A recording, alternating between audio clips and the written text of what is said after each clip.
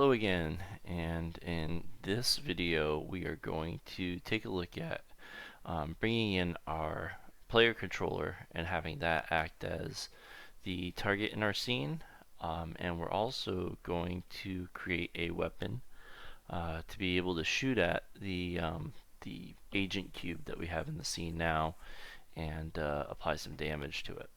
Alright, so to get started, I guess the first thing we're going to need to do is take the target, and I'm just going to hide that in the scene so that it doesn't appear. And I'm going to go into the prefabs and grab our player character controller and move that into the scene. I'm just going to set up his perspective here. Let's see if we can move around on the plane here.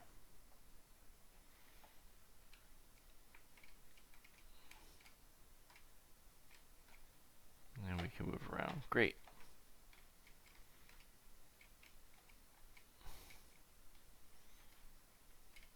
Alright, so what we can do now is go into our agent, and now instead of the target being the target, we'll add the player. So I'll drag the player character controller here, and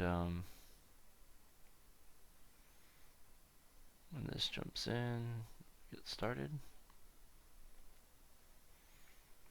And now he should be following us. Cool. Alright, so I can get rid of the main camera now. I'm not going to need that in the scene. I'm just going to uncheck it so that we'll have that high up perspective view. And you can see here we've got this door variable from the Raycasts from player script. So what we can do is jump into the main camera here and grab the Raycast from player script and just disable it, and that should get rid of the null object reference. Okay, because we're not going to need it for what we're working with right now. But we are going to be working with a Raycast for our gunplay inside of our game. So to get this started, now that we have this in here, I just want to check one last time, make sure that the player is operating properly. And you can see here that the green cube will follow us around. And remember, it stops 5 meters away in front of us. So the next step would be to start setting up this gun. So what we're going to do is create just a basic cube that'll act like the weapon inside of our player controller. So this is going to go pretty much in the same spot as where the object holder goes. So what we could do is select the main camera and then go to plus and create a cube, and let's drag and drop that into where the main camera is. We'll open the prefab. Actually, I don't want to open the prefab for that one. So to close the prefab, I could just click on the scenes here to head back. I'm going to put this in here.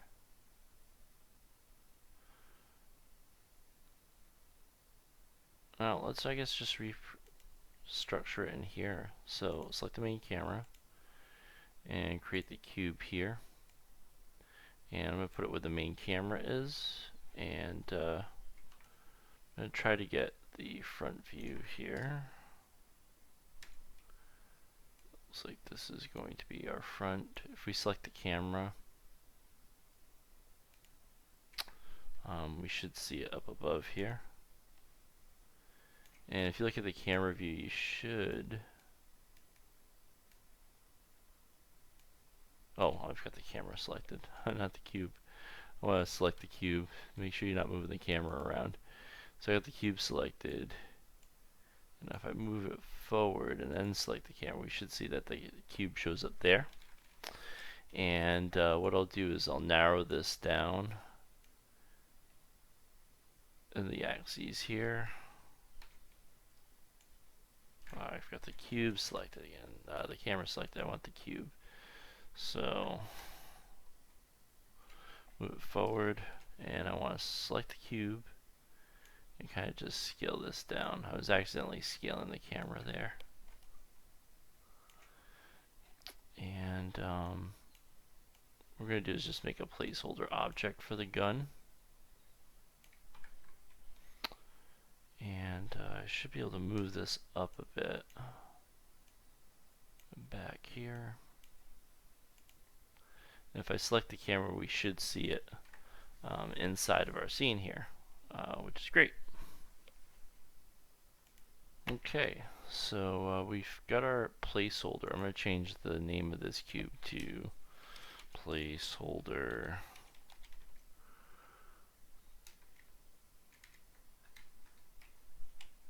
weapon.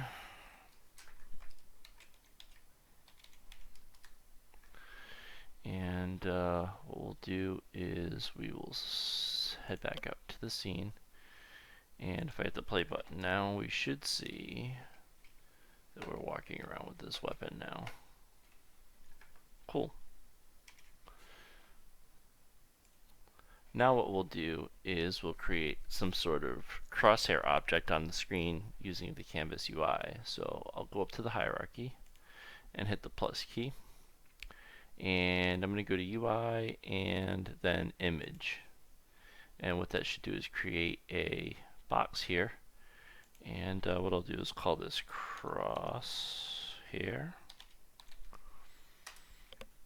And what we're going to use for the image here is a built-in image called the knob, which is right here.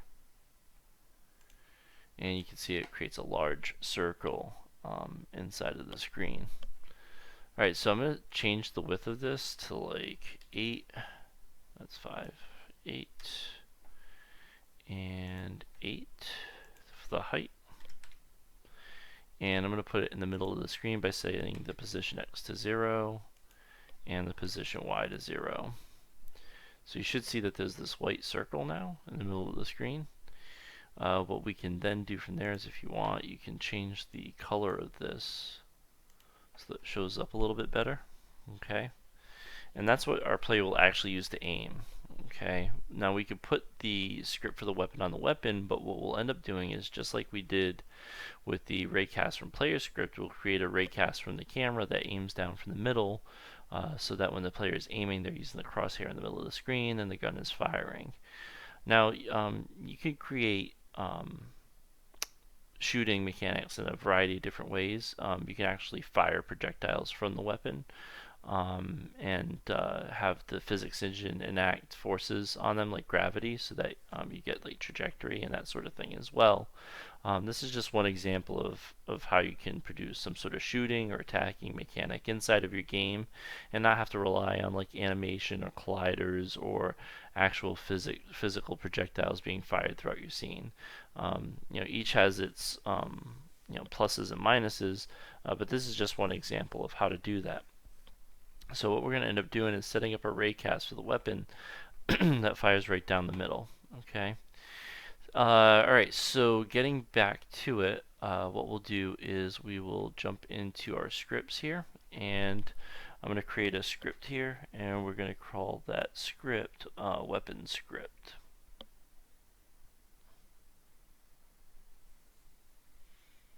Alright, so let's do that. So hit the plus key here, and we'll call this weapon. And we'll open this up so we can start editing it.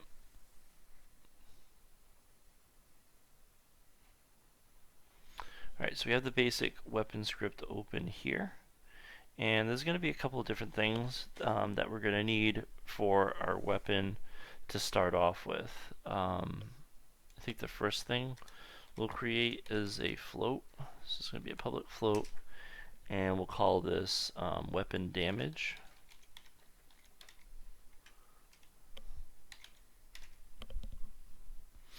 I forgot to put float in here. So public float weapon damage. And what we'll do is we'll duplicate this line here.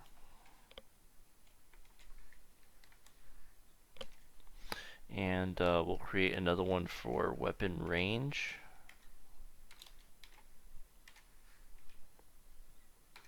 So it'll be how far it can fire.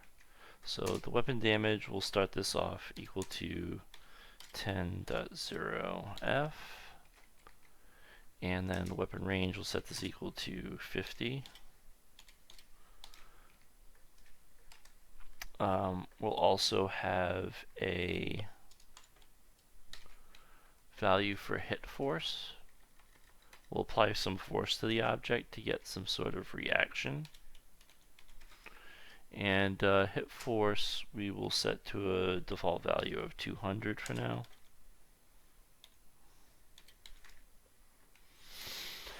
And we're also going to need a value for fire rate, because we don't want them to be able to just spam the mouse button to shoot. And the fire rate will be 20 by default.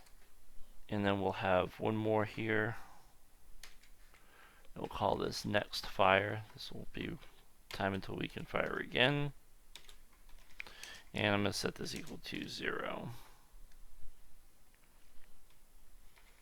Alright, so we have all of that. There's a couple more things we're going to need here. One more thing at least. We're going to need a reference to the camera. So we'll create a public camera and set it equal to FP camera. Alright. So we're not going to need the start function for this, but we are going to need a function for shooting. So I'm just going to delete the start function here and create a function for shoot.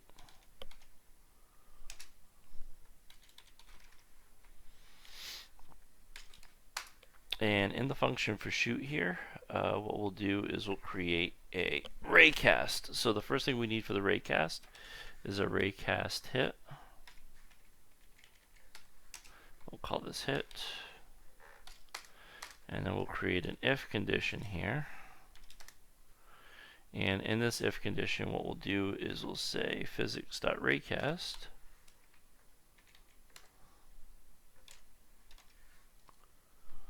And we're going to set a couple of parameters here for the raycast. So we're going to start this from the FP camera's position. So the FP camera dot transform dot position. We're then going to set it to its forward. So FP camera dot transform dot forward.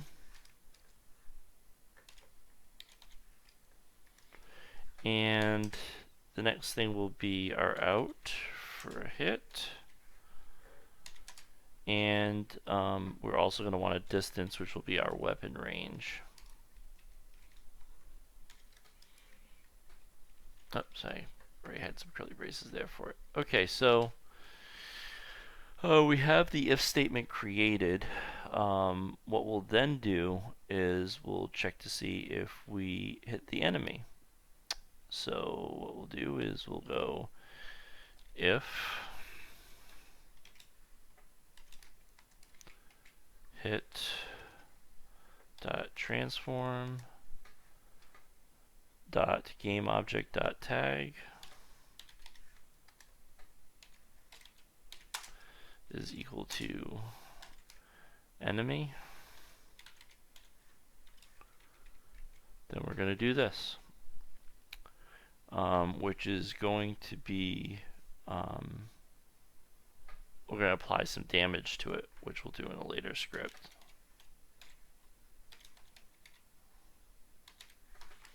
Just know that you would apply your damage here. We will then check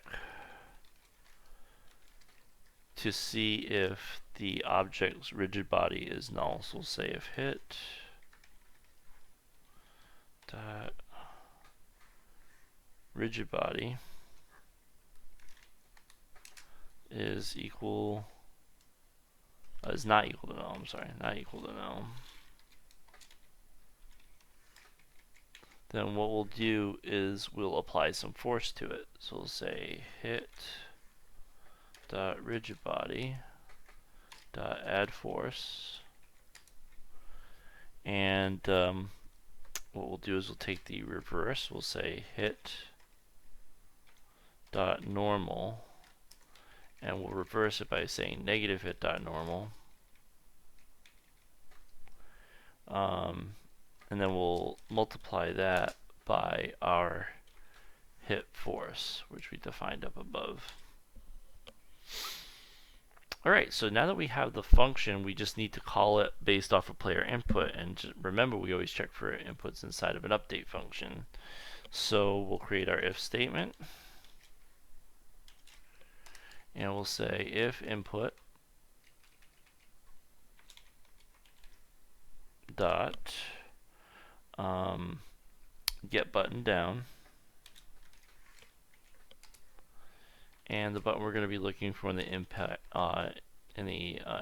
input axes will be fire 1.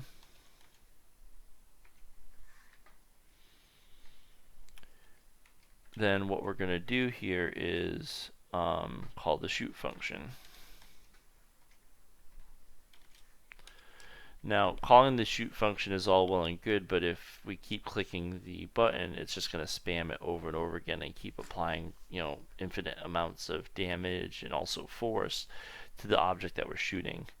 So what we're going to need to do is calculate a time for next fire. Okay. So what we're going to do here is create a value for next fire, which was the variable that we created up above, and this is basically a cooldown. So what I'll do is I'll put in a comment here, counts up the cooldown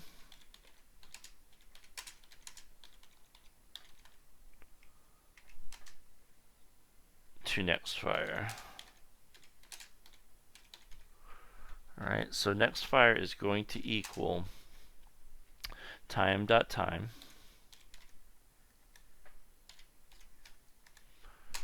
and we're going to take time.time and we're going to add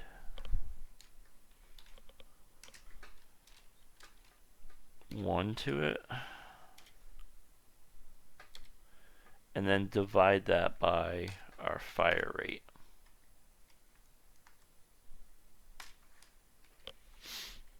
And then what we'll do is we'll check to see if time.time is greater or equal to that value.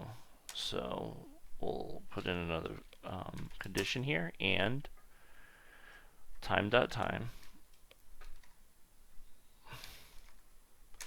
is greater than or equal to next fire.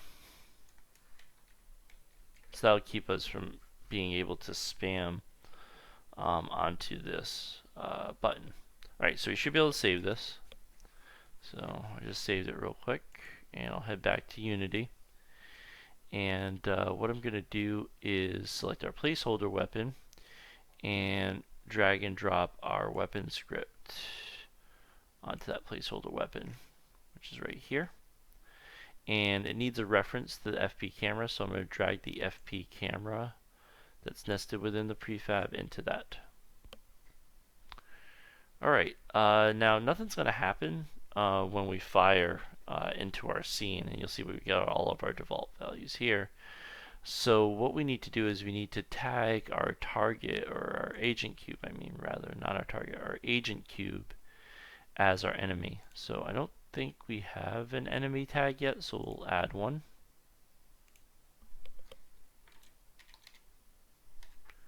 So enemy, and we'll save it.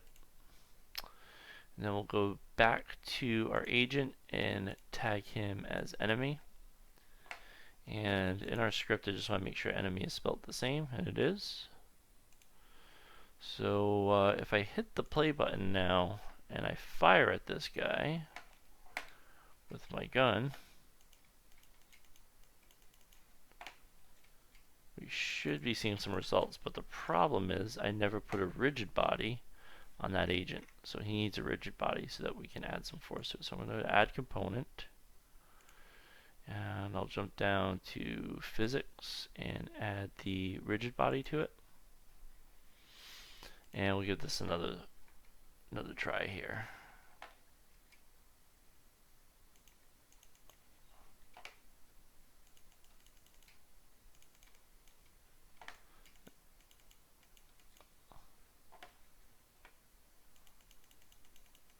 You can see the more I shoot him,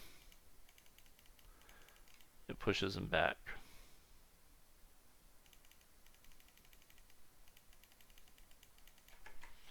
Alright, so if I want, what I could do here is jump onto my placeholder weapon and increase the hit force. So I'm going to set it to 1000. Let's try it again.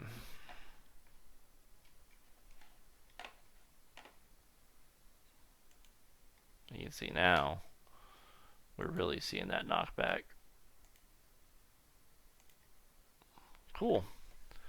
So in this video, what we did was we created a weapon for our enemy to interact with. So our player is able to fire. We added the player controller.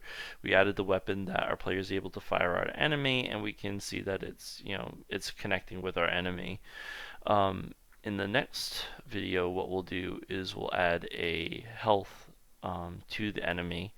We'll try to make this so that it appears in scene, and what we'll do is when the health on the enemy runs out, we'll remove the enemy from the scene.